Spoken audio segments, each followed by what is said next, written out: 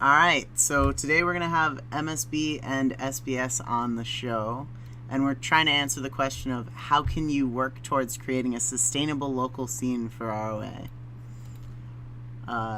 MSB, do you have anything to say about that question right off the bat? Nothing special, I'd say. Okay. The round of questions you sent me. So Yeah. as we go through those, I think I've got something good for each. All right, good. Anything Yeah, for same you, here. Steven? Or SBS, sorry. Same here. Shoot. Yeah. All right, so the first question we got, how'd you start your scene? We can start with SBS. Well, I started my scene actually towards the end of 2015. I started playing in October 2015, and I kind of fell in love with the game after thinking that Smash clones were really stupid, and it just kind of turned into I was drinking one night. I think it was over Halloween, honestly, and it was like a Halloween party. I tried it out and I fell in love with it. So I tried to start bringing it to locals, and the Smash 4 guys, they all entered it the first time, but it kind of fell apart after that, and so it was a lot of trial and error. There was a good like 4 or 5 months where I couldn't really get anyone to try it out or even, look my way. Like I used to host Smash Fests a lot for Smash 4, and I'd try to get some people to play Rivals, and it was really actually kind of tough initially getting people interested in it. But then once I started bringing it into the Project M guys, they have a weekly on Tuesdays down in Tucson. They were actually really accepting of the Rivals of Aether scene, probably just because of the whole idea of a not really mainstream game, that they wanted to give it a chance. And so that was really the beginning of it. And then once we expanded into Phoenix by hosting monthlies, because initially I was located out of Tucson, so I'd only come up once a month. Once we expanded to Phoenix, then it just kind of took off from there. Wow. So you would say that like you started with very few players, like four or Oh, five? absolutely.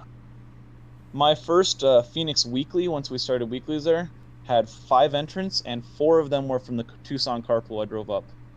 And how long did that like last? Was it like did you Uh, grow quickly? it was quickly in a sense, but I mean, it was kind of discouraging at first. It took a few months for it to really catch on, and even then, we were only getting probably like 8 or 9 people for a bracket. And I mean, you drive an hour and a half out, and that kind of is discouraging. But I kept with it, and now we're averaging between 16 and 20 in Phoenix alone. Wow. That's pretty crazy. Yeah. Uh can I put the same to you, MSB?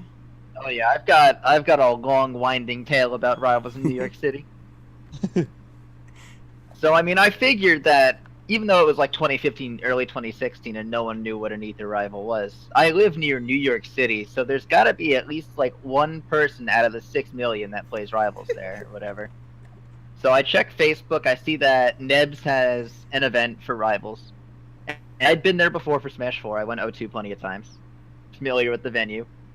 And I also checked on the page for the Rivals tournament, and I misread what was the pot split. I thought, obviously it's percentages, but it was my first time ever seeing a pot split, so I thought it was dollars. And I was like, oh my god, $60 for winning this tournament? I'm going here right now, dude. So I walk out to Nebs, I show up, and there's like 2 or 3 people there, and one of them is like the guy that's just the best. And that was Dark Blues. He's super cool. He kind of quit the game, but I met up with him at many places later on. He's still pretty cool. So I beat him. He took a game though. It was pretty nice on his part, and I won like a Shulk amiibo that I still have somewhere. But that was it. He didn't want to enter anymore because I kept showing up now. So I still kept going just because they also had Smash 4, so I kept playing Smash 4 just because what else am I going to do when I'm sitting here waiting for people that play Rivals? I'm hungry for local Rivals. And then Toko shows Sasha, up for like a stop it. couple of weeks. We play now and then. I beat him up. Come here, And Sash. that's that pretty much. I've got a picture on my Twitter from way early, which is just Toko, some friend he Go. invited. They're both like super bald, and it's funny looking. So fast forward more than a year, because I'm away from the city for that long, and about on Labor Day 2017, and I know it's Labor Day for a very good reason, I'll get to that later, I meet up with Toko, and we go to a McDonald's, and we're like, let's try this again, but now I think we can do it better, because it's been a long time, and now there are more people that actually play Rivals, and we know names. So we got this list of like 10 names that we think would play Rivals in New York City. And we sent it to Nebs, and they were like, yeah, sure, come on down. Give it a shot. But before that, we were like, let's just go there in person and see who's there. So we walked there from Queens. It's like 3 hours. I don't even know why we did it. I think it was just to see if we could. And we could, and it was horrible. But it was Labor Day, so Nebs was closed. Oh, so no. eventually, I just go home. I ended up tweaking my knee, which is so I walked with a bum leg for all the heat wave because of that walk. And Toko eventually just manages to figure things out, and we get our local start at Nebs. We had like an average of 5 people on Thursdays. We eventually moved to Fridays and got like an average of 10 people. But then we lost the venue, so now we're just whenever people do go to Aeon, which is where First Impact was, we do get a decent number of people, but it's pretty rare now. There's nothing good in Manhattan. Maybe there will be soon enough.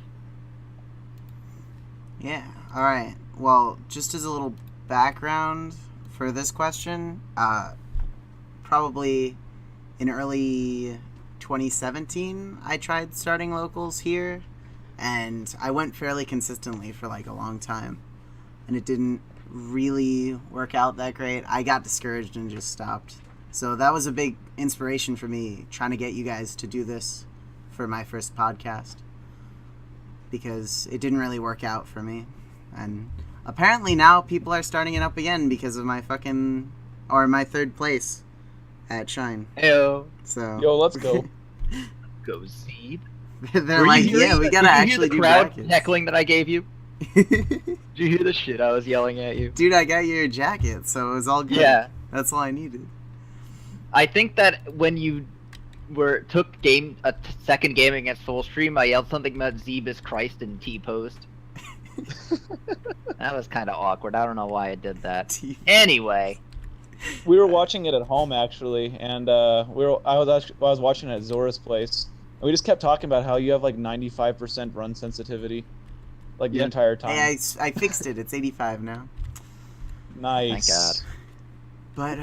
But enough about me. How easy did you guys find it to find a venue? MSB first this time? Back when it was Nebs, it was super easy. We just called them and they were like, yeah, dude, let's do it. And then we did it. But after Nebs closed, like we haven't been able to get anything done. So I'm hoping that we'll be trying it once more with feeling now that the school year is starting up again, so people might be more grounded in New York City or whatever. I won't be busy with tournaments anymore, which is weird because I'll be busy with school, but since I won't be traveling, I'll be here, which means that I'll, be closer to the venues I'm trying to find recording more often. Do you ever think that there could be like a specific ROA only venue that people could do weeklies at? Not in New York City, no. Maybe like someone's house. Maybe like someone's house. Yeah, like that's the Shocktail's state of the house, game right of now. course. Mm-hmm. Even like Nebs and like the Smash related places, they also did like magic cards and all this sorts of stuff. They were like variant places. They did a lot of different stuff. I can't believe they shut down, to be honest. Like, it was just not a good place. I think it was like a mutual decision. The new owners of Nebs weren't really feeling it, and the people that go there on the regular were like, nah, this place isn't up to our standards anymore. All right. Do you have any thoughts, SBS? Yeah, well, so I run tournaments in 2 different cities, and so I've got like 2 different views on this. For Phoenix, it was really easy to find a venue just because we've got this really cool grassroots venue that popped up after our main Smash 4 venue closed. So my background is I played Smash 4 as a Lucas main for years, and I helped run some stuff in Tucson, and would travel up all the time to this bar called Endgame, and it was like a gamer bar, so you could play like Xbox while drinking beer. It was pretty cool. But once that closed down, there's this really the person that used to run the Smash 4 tournaments and the Melee tournaments created SAK Gaming Lounge with a couple partners of his, and so it's a dedicated video game venue. And once Rivals started taking off, we started with monthlies there, and then kind of moved into weeklies as we started getting more prominent, and especially once I moved up to Phoenix too. But yeah, so with Phoenix it was really easy. Kind of just jumped on the bandwagon of helping out a grassroots local TO. But in Tucson, it's a little bit different because we started out, like I said, with Smash 4 people initially, but like that didn't really take off. And this was at a card shop called Amazing Discoveries. And then once we started working with the Project M guys, it was also at Amazing Discoveries, and that worked out pretty well. But unfortunately, that was on Tuesdays, so I actually traveled down there for a year midweek while working a job up in Phoenix. And so I drive down, run a tournament, and drive up, or spend the night at my girlfriend's house and then drive up in the morning. Oh, God. And yeah, it was exhausting, and it was really hard to make every event. And so eventually, after a full year of this, we ended up moving back with the Smash 4 guys on Saturdays at Amazing Discoveries, and they were having venue issues as it was because it was a card shop. And whenever they had a Magic the Gathering pre-release or any other major card game release, we'd basically get the boot without any sort of explanation. And so finding a venue after that, we found this place called Otaku Nation, but that took about 2 to 3 months, honestly. And there was a full month when we didn't even have events because of it. And it's really hard when you don't have what you're used to, I guess. Latching on to another existing scene like the Smash 4 or the Melee scene, using what they use, makes it pretty easy. But as soon as they run into troubles, it's difficult and hectic for everyone involved. Yeah, it's interesting. It seems like the major problem is that the investment of all of the people has to be so low for it to be worth it for players that you need like so many players to get a venue to function, right? Exactly, yeah. It's not worth it for a venue to cater to like 10 people if you're only paying $2 venue fee, for example. But I don't know, we found a really niche place with the SAK Gaming Lounge, and I honestly believe that with them, if we wanted to run Rivals of Aether only on like a Saturday event, we probably would be able to, just because the AZ Rivals scene is thriving so much up there. But in Tucson, definitely not. It's just kind of a location-based thing. Like once we've established ourselves for long enough, then we could probably go solo. But definitely not off the bat. Do you think that there's like a sweet like a number that you would have to reach for like weekly average entrance that you would have to for hit? Just a solo? Yeah. For a weekly average, I would think you would need at least 12 to 16 people. I'd say lower 50 than I thought. 20 on my end. Well, it depends on where you're going, honestly. Like if you're with a card shop, 12 to 16 is perfectly fine. Yeah, absolutely. But it just kind of depends, because SAK Gaming Lounge, they operate every single day, and it just, with him at least, it's a matter of enough people to pay for electricity and make a slight profit while being able to pay the employee that he has running the venue for him. And then so if you wanted it to be worth it for 15. you to go, would it have to be more? Like generally more on like the 16 end? Or Oh are no, you just not at doing it all. for fun?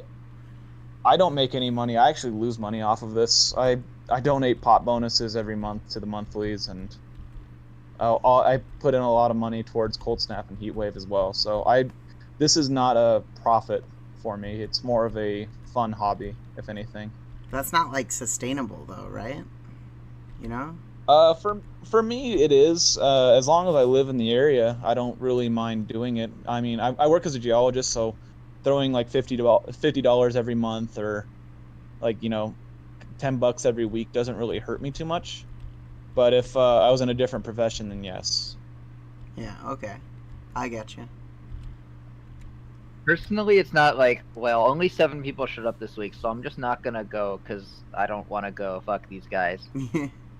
Yeah, no, that would be the worst. Since I'm TOing, I mean that's kind of my responsibility. So I'd say if there's less than like 10 consistent people per week, like if the entry counts for the weeklies and monthlies are like 7, 5, 9, 8, 15.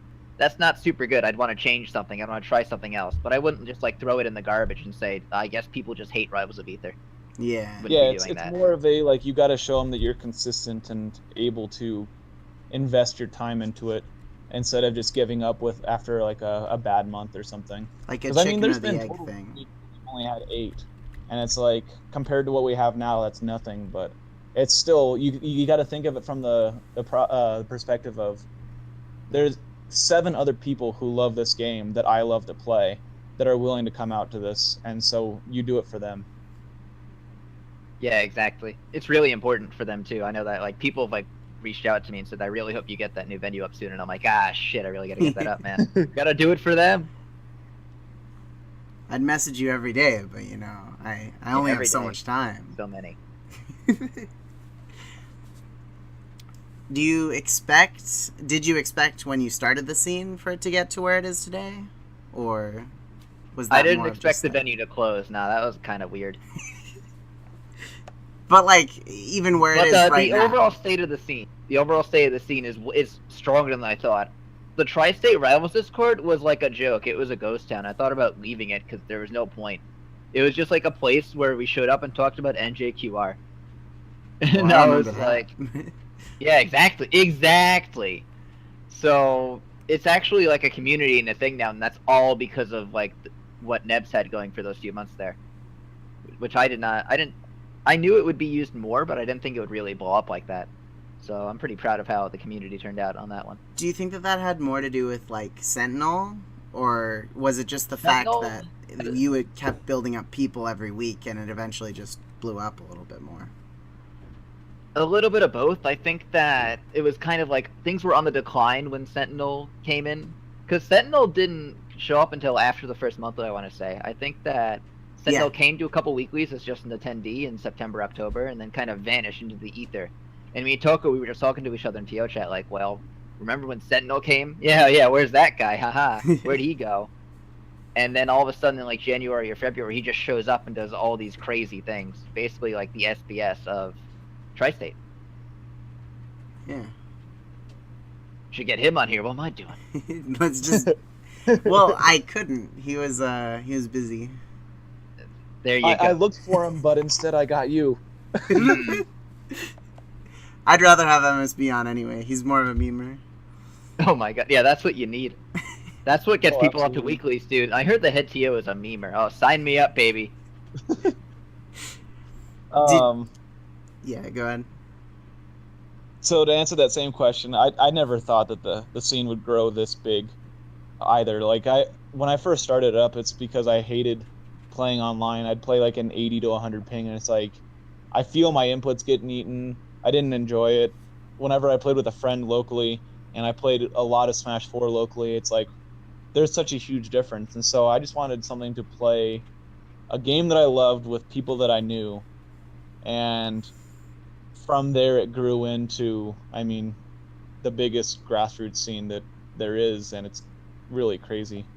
Never really pictured it when I first started it up. Yeah, AZ's sick, dude. AZ's awesome. One day. All right. Also, before AZ and before the tri-state scenes really became anything, the only local scene that really had momentum was the Georgia scene. And they were like how you don't run a local. Oh, Because really? those people were, well, they still have locals, but it's not large. And they were wild, dude. They were like in their own bubble. And it was like, we're the best. And I don't even know who you people are kind of deal. They had a money match on the trunk of a car in a Denny's parking lot and said it was the greatest set that ever happened. Something like that. I think the video's on like Twitter or YouTube or something somewhere. So they just like completely alienated everyone else that wanted to like travel out, support the scene, and help build momentum. After Garden of Gods, like Iron Wolf got a big head when he had a 20-person tournament, and like I started actually doing saw all this. Garden of Gods. Yeah. And I really wanted to go to it because that was back before like my scene was really even a thing. And I was like, wow, a Rivals major. And I just ended up not being able to go because I worked at Walmart at the time. But it was really exciting to see something like that. It was the first of its And, kind. It yeah, really was. exactly. I mean, like, obviously GDC was the first ever real special local rivals tournament, but that was like developer sponsored and sanitized kind of thing. Garden of Gods was really the first super duper grassroots Rivals event, and that it is special, but what happened after is just kind of miserable. No, it just they kind of just ran their reputation way down, and no one really talks about it anymore. Garden of Gods 2 actually happened. It got like 7 people, and I think Skittles won. Oof. It was on the same day as MomoCon, I thought, Smash right? and Splash. Yeah, it Smash was and on Splash. a way worse day than MomoCon. Yeah. Oh no. Yeah, so it was just no good. It was no good. That's no good. So actually, that sort of leads into a good question that I came up with, like, yesterday. Do you know of any other, like, big locals that, like, kind of fizzled out? And can you explain why they failed? I've got a couple in mind. SoCal's had a bunch of locals attempted. They had stuff at, it was called Rivals on the Highway, I think. There was just this dude named Subspace Highway who invited people to his house, and they played a round robin. That was also where I learned that Alexis wasn't a girl, because I kept trying to check the face cam for the cute girl, and I couldn't find any. So He's my cutie. Yeah, I know. So eventually, the Subspace just lost interest in the game, or he lost access to the house or something wild like that. Then Soka had locals at the balcony, and the balcony closed down. And then I think they had like a third place, which had locals for a couple weeks before fizzling out. I never heard too much about that one. Ultimately, everyone in SoCal is too far apart. It's not like New York, where it's just like 10 people within a 3-mile radius of me right now that I can play local Rivals with. SoCal is like expansive. To be fair, some of us live in upstate, so... Who are you? I'm sorry, best Craig Zeeb. I didn't mean to disrespect you like that. All hail the Zeeb. Nothing else. I think I've heard of Florida not doing too hot anymore, but... Right. Well, there's like northern Florida, central Florida, southern Florida. There's so many Floridas. I don't know which of their locals are still happening and which aren't. So basically, the only locals that can work... well, but that doesn't work because, like, isn't AZ kind of spread out? Like... Well, AZ is spread out in the way that the two different weeklies happen about an hour and a half from each other. And right now, Tucson isn't doing so hot because of venue troubles and just the Smash 4 scene dying in general. And on Tuesdays when the PM guys run their things, I can't really get someone to volunteer to run every single week, so it's really hard for me to get down to. But I think the nice thing about Arizona when it is running properly is that since we're all connected, we're not separating ourselves by like, Southern AZ or Northern AZ. We're just Arizona. I'm recording. You know, like quiet, we're not trying to do like a CFL at Southern Florida, that kind of thing, where it really separates and divides the community. Which isn't necessarily a bad thing, but when it comes to Rivals, a small community can't really thrive on that kind of division. Yeah. Like, even in upstate right now, we used to have a major local that, like, went on every week. Now it's, like, they closed down. We've got 3 competing ones in the area. And it's really hard to even, like, decide which to bring Rivals to every week. But, do you know, like, should you just choose the biggest one? Or... choose one with people there that you think, like, talk to everyone there. Be like, hey, would you be interested in Rivals? Would you? And just whichever one you think would have the longest, like, sustained output, then go for that. Sustained output. What I would do is I would test the waters and bring, like, a Rivals setup and just see who's interested in it. And then whatever you get the biggest results from, just kind of go with them and see how it works on a trial basis.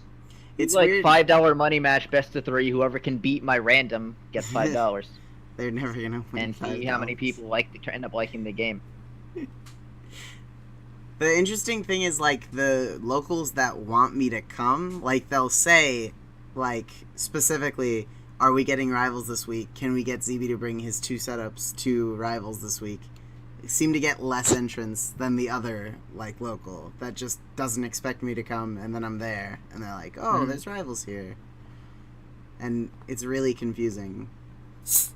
I guess what I would do go ahead, ask the people at that one maybe if they'll go to one of the other ones when you bring your setup, see if there's any crossover that can happen, or just organize like a larger event, like Super ZB tournament $50 pot bonus to second place or whatever, and get a bunch of people out, and then when they're all there, say, hey, I'd like to start up a local, like a more permanent weekly at one of these places. Which would all you people that I've gathered here now like to go to the most? Yeah, that's not a bad idea. That sort of answers question 6 pretty well. Yeah, I just to add on to that, like once you do find something that people are interested in, stay consistent with it. Once you find like your niche, make sure you're running like weeklies. If you say there's going to be weeklies, be there every week, even if there's only 3 people that show up. Run a tournament, Yeah, and that's so you like can post it and that's say, the way to grow it. Yeah, you missed Make the sure you tell those tournament, 3 guys. people that you appreciate them. Of course, yeah, of course. That in my opinion, that one's the easiest one, and the most important one too. It's like, especially if they're playing like 3 other games, you're like, thanks, man. Oh yeah. Do you think that hosting a major has had a major effect on your scenes? SBS? I think First Impact would have if we had a better venue than Aeon to go to. Like, which is silly because that was the venue of the major, and they try to have something every Sunday, but Manhattan is just way more important. So I think that after Second Impact, maybe that'll really get the blood flowing. Thought it was First Impact Prime.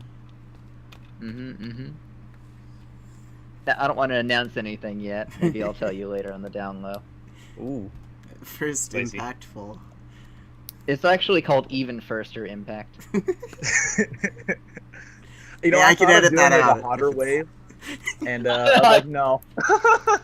That's like a meme tournament, like Hotter Wave, the reverse mains tournament. To answer your question though, ZB, I feel like the running a major itself kind of just invigorates the locals. Like you get, especially a lot of people who came from other games and didn't play Rivals before moving into our local scene, they get all these out-of-state people who either play their character or just play other characters that they're not used to, that are way better than them, and they get to experience Rivals on a kind of like a national level. And what I've seen personally is that it fuels the fire for most of them. Whether or not they're excited to play these people and test themselves beforehand, or if they're just kind of going into it for fun and come out of it afterwards just excited, just because maybe they stacked up well, maybe they learned a lot, maybe they felt improvement. But I don't think there's really a downside ever to having new people in your scene, especially ones that are top players. Yeah, it makes a lot of sense. Now, I might be making stuff up, but I feel like the Crags in Arizona got a lot better after Heatwave. I think everyone got a lot better after Heatwave. Yeah, you got me. Wait, who else is a Crag in Arizona? Isn't it? We got Fatty, Vindicator when he shows up to Tucson. Junna was a Crag, but he is now a Raster. That's wild. Yeah. He decided that Fair was too broken, so he decided to play a more honest character like Raster. Don't worry, next patch you'll be right back to normal, kiddo. Yeah, with those Raster nerfs, baby. Oof. And then, of course, like, honestly, anyone who's in the PR has a secondary Crag just because it's fun. You're a geologist. Like, you and everyone who's good in their AZ is a geologist, so they have to be good at Crag. Wait, is that actually... are there, like, a lot of geologists in AZ? No, I'm the only geologist in the rival scene, but my secondary Crag is kind of the shit, so... Mm-hmm. Of course it is. You gotta mine those rocks. Oh, absolutely. That's why I'm excited for Shovel Knight. You get to dig up the rocks and then lick them. Can you tell the difference between them? Or, like, are all the Crag rocks the same? The Crag rock and the Shovel Knight rock, what is the difference? We need a taste test. Get Rano on the scene. Okay, so basically, from what I've seen, the Crag rock seems a little bit more like metamorphic, whereas the Shovel Knight rock looks more sedimentary. So he's like digging out like a river rock, basically. It looks more smooth, Ooh, that's more. I wouldn't be able to tell unless I was able to, get up close, look at it, and maybe taste it a little. Mm-hmm. But That's what Rano's for. Why do you think Video it was analysis. Rano in the Shovel Knight trailer? He licked the rock. Oh my god. All right. Anyway, blown my local. Did you find that the online communities translated like proportionally to local events? Because I know you've, specifically SBS, you've run like 2 different locals. Well, that's kind of weird because most of our people were transfers from a different community. However, there's people like Fatty, Chompers, and Chef. They're all like the same friend group. And then we've got Sparky and a couple other people that have shown up just because they've been in the online local like rival scene, and they came over to us. So like I feel like it translates well, but more importantly, when you have a rival's local community, having that online Discord or online Facebook group, the ability for them to talk to each other outside of the tournament's really important. And I feel like that translates better than anything, because when you get to talk to someone online and then see them in person at the same week, it's kind of like a nice cohesion, you know? Yeah, that makes sense.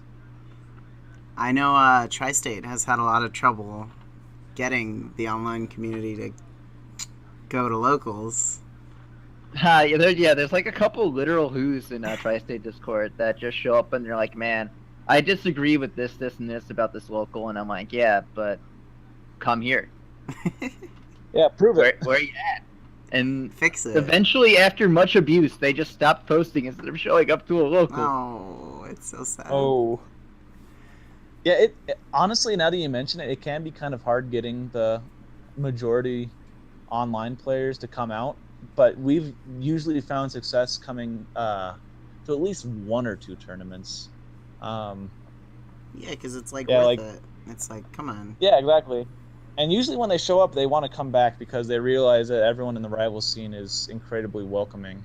And playing local rivals is so much fun compared to online. It is way better. Oh, so much better. Why are there no upstate locals? Oh, why? Oh. Do you think that your local is going to change a lot in the next few months? MSB? Oh, I think things will be changing in the next few months, yeah. Hopefully the venue will actually exist by then. That would be nice. Okay. Any like other changes, like management? Like, Toko's kind of not really the super head TO guy anymore. That's basically me. I'm just like the number one. Everyone else answers to me. I make the rules, and if I fuck up, then I can't blame anyone else because it was just me now. yeah. That type of thing. So that's basically the management. It's going to be me. It's going to be Sentinel doing Sentinel stuff. Pigeon's also going to be TOing at the Manhattan local when one actually exists. Then there'll still be Lucius for Aeon, and we'll be doing Will Be things in North Jersey, I guess. Are you at all worried about some people being drawn away by Aeon, or just like you expect to run it on a different day? I think plenty of people are drawn away by Aeon. They've told me, like, it's on Long Island, dude. I just cannot get there. So really need to get a Manhattan local running. I'm gonna be saying that so many times today. I already have. Yeah, I'm ready for it. It's closer from me. Yeah. SBS, do you expect any major changes, or? Nothing major. Whenever we start up the school year, though, for universities, there is a small local that started up last year towards the end of the spring semester called GCU, Grand Canyon University, and they're about like an hour away from the normal Phoenix Tempe weeklies. So they actually bring in completely brand new names because they have free weeklies on a different side of the town. And so if there's any changes, it would probably be as a result of them bringing in new players.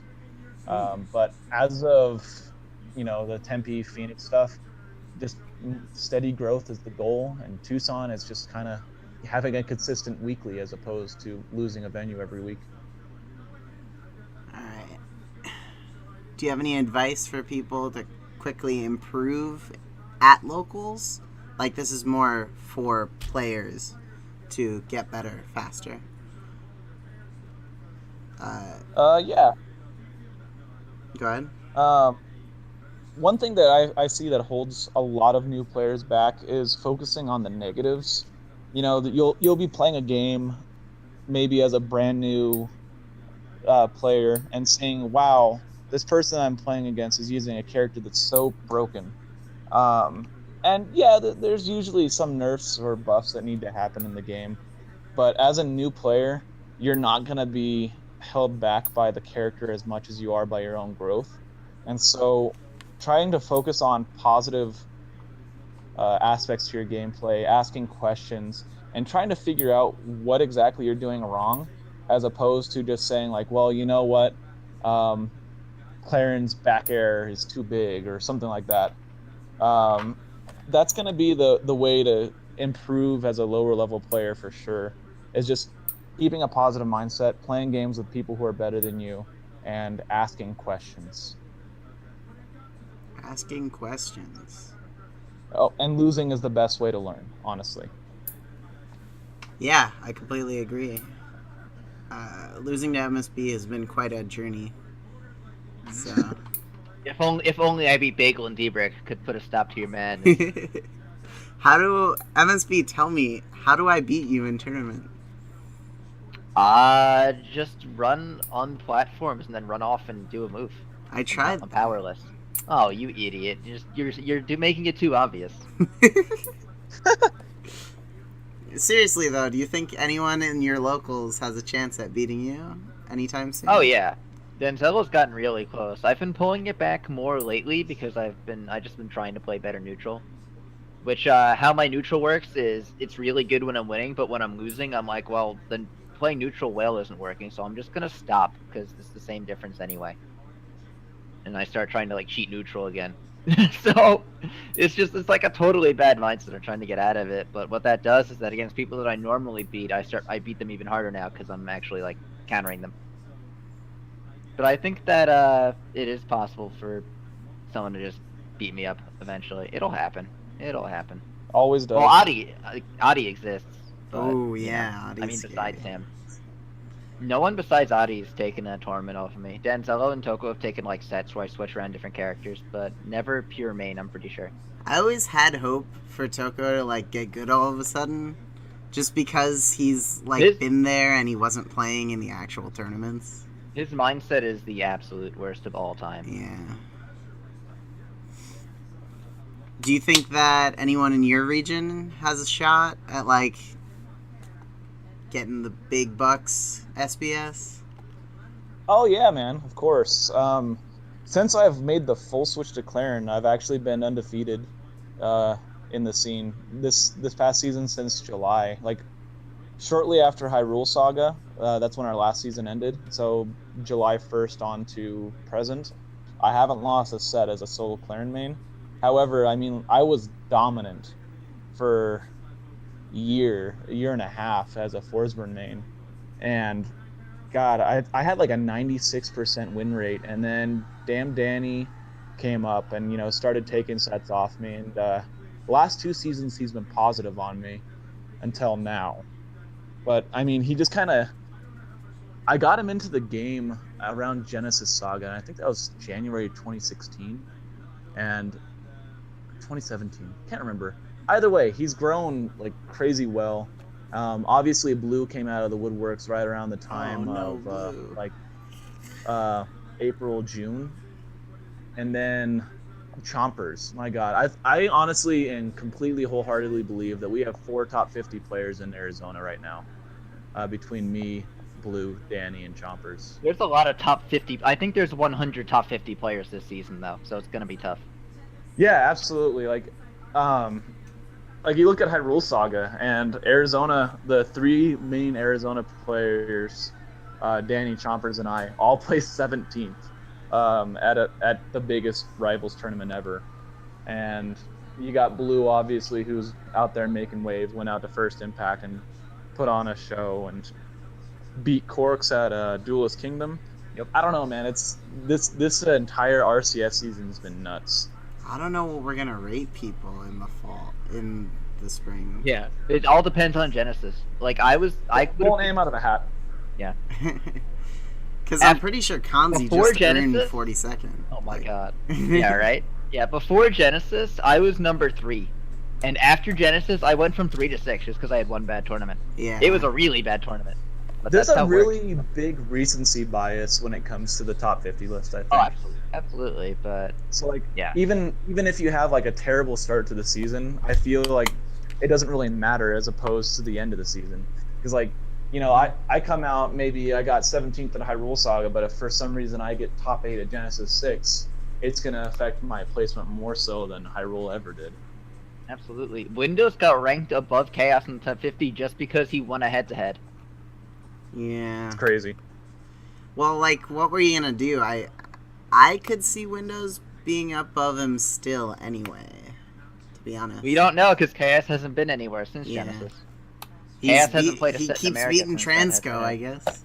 Right? Well, no, Transco took a tournament off from recently, so I hope that both of them find a way to make it to Genesis 6. I want that tournament to just be the most insane event ever, and Yeah. hopefully end up in me getting at least like 9th or something. Gotta Ooh. continue improving that. Dude, we have to both get 5th this Genesis. That's the rule. Okay, All right? yeah, I can do that. Pact? deal. Cool. I'll get 4th. Yeah, Ooh, yeah, no problem. that means you gotta beat one of us. And I'll lose the joke. to Danny. All right. Hell yeah, brother. Danny. All right. Yeah.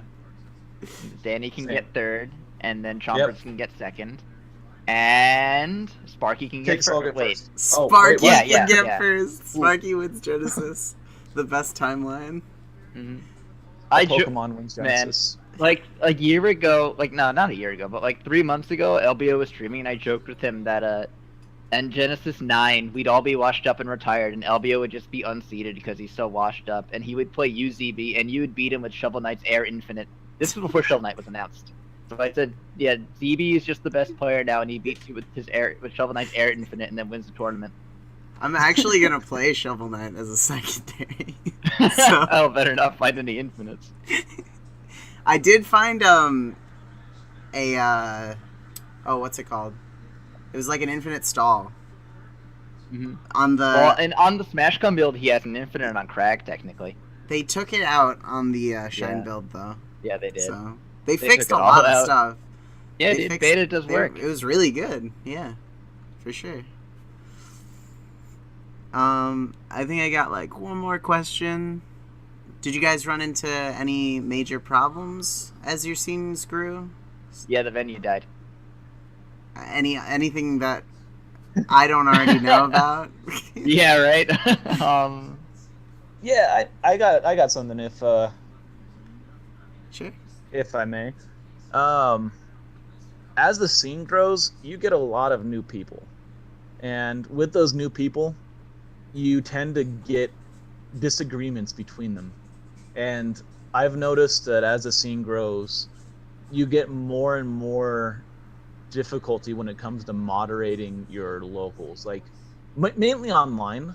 We've never had a problem in person, but when it comes to just online in general, moderating like the Discord server becomes more difficult by the week, honestly.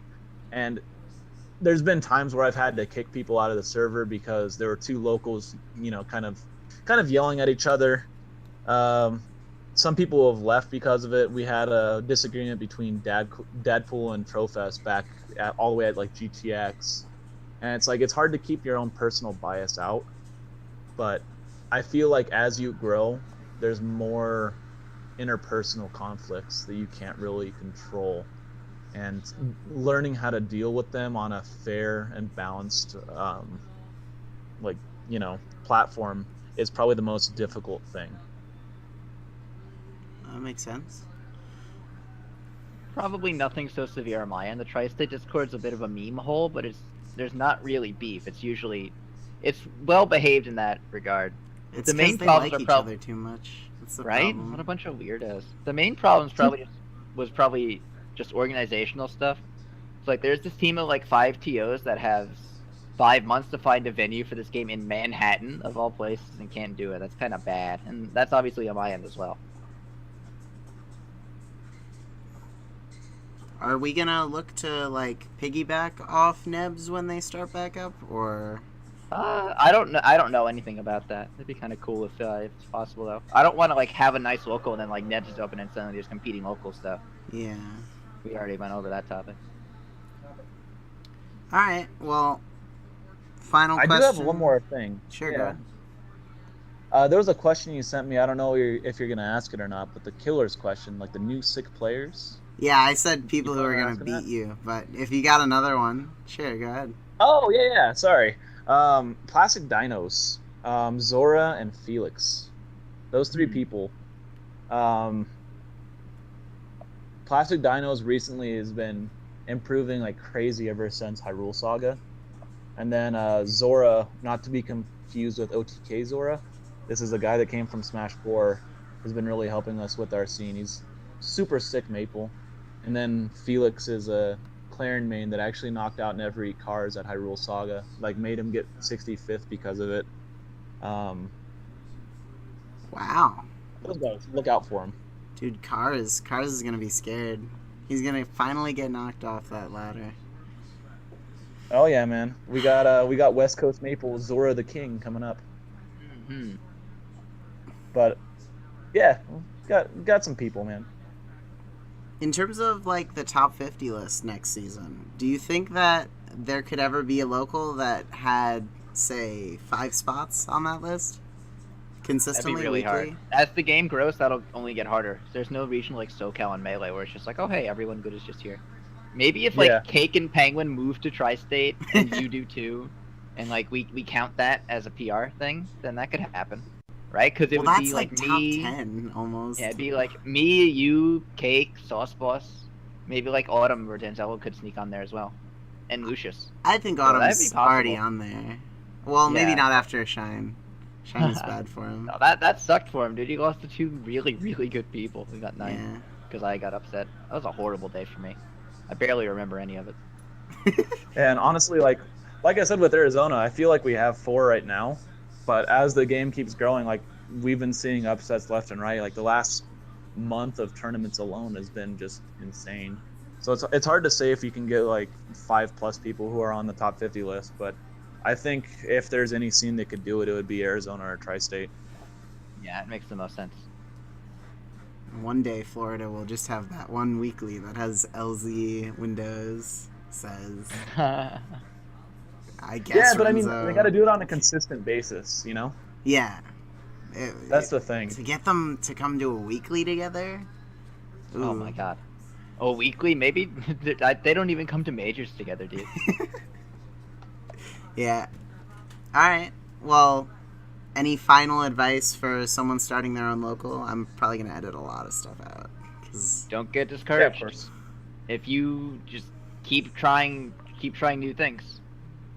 As long as at least like 1 or 2 people are sticking around, you're doing something right. So maybe why not? Why wouldn't you be able to get more? That's good advice. Yeah, I pretty much exactly what MSB Get said. the Never fuck give out. up. Consistency. Oh, Sorry. Edit I'll that start out. over. So you can edit. Yeah. Yeah, I can edit that out. Yeah, pretty much what MSB said. Never give up. You know, consistency is key. Making sure you're running a tournament no matter what. Even if there's only 3 people showing up, run a round robin. Show them that you're committed to the scene, committed to growing what you believe in. I know, like I've got an entire like paragraph here written Wow. out for this question. Yeah, go ahead. I've got more too. Yeah.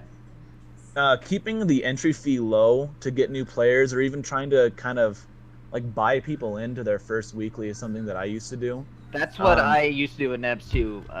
When we had monthlies, I would buy in up to 4 people that were also in the melee bracket. And Yeah, had never it entered helps Rival them. before. It's a low risk way to get someone new into the scene, and if one of those 4 people stays with it, then you've been successful. Yeah, exactly. Then beyond that, it's just as a TO, I think you just need to Can you make turn that sure that down? you keep personal bias out of anything. Like you're watching a tournament with your 2 friends, Damn Danny and Chompers. How do you root for either of them without, you know, causing some sort of ripples? So keeping emotions in check, trying to be as unbiased as possible, and making sure that you're working together to improve yourselves, because the bias is going to be for your own scene, not for individuals. Like, we're all a family, and making sure that you bring that mindset into your own tournament scene and keeping just like positive vibes is going to be more important than anything else. Another small thing that I've noticed at the Smash 4 locals in Phoenix, just because someone plays a different game as you doesn't mean that their game is worse or better. So when you hear someone, like, for example, from the rival scene saying, "Oh, I quit Smash 4 because it's garbage," or the Smash 4 players yelling out the rivals is a joke game or something like that, that needs to be addressed immediately. And just, keeping the positive vibes going. That's important. Huh. That's really good advice. Can agree there. And my last bit of advice is that if you're playing at a local against someone and they know who you are, use your main. Yes. Secondaries against someone that knows who you are. If you buy in someone's entry and they just so happen to be seeded to play against you because they're the last seed, then don't use your main, because then you just beat the shit out of them. You're like, this game is terrible. So then you can sandbag and be like, aha, you could have recovered there, kind of thing. Like, make it friendly. But if you're playing against like the local scrapper number 15 on your PR and they really want a shot at you, and you use like Edalus and spam Hammer and Dacus just because you're having a good time out there, they're not. They're gonna be pissed about that. They don't gain anything from you doing that. Use your main. Absolutely. LBO actually had that same question. Or no, was it LBO or was it T-Box? T-Box had that T-Box. Yeah, that's where Twitter. I got this one from. Yeah, and LBO responded to it saying, when people show up expecting to play LBO, they want to play my Zetterburn. They don't want to play my Arcane or whatever. It's like they want the experience. They want to learn. They're trying to grind. And I completely agree with that on every aspect. It's like, even if you beat the shit out of them, they're going to learn something because MSB uses Crag or SBS uses Claren or Forsburn.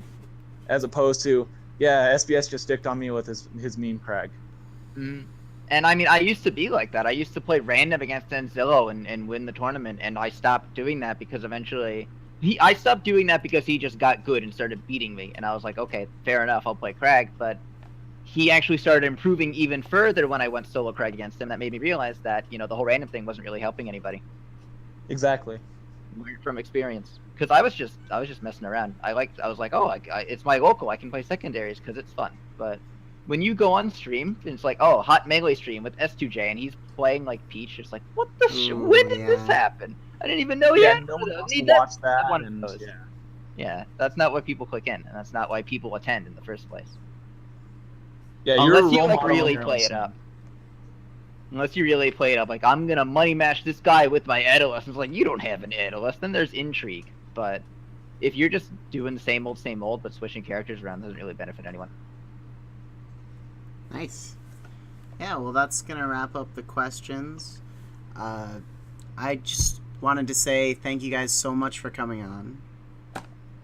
Man. Thanks for having us. It's been probably a little bit above my expectations still, even though I was super awkward in this because I don't think I have any experience doing this before. You're good.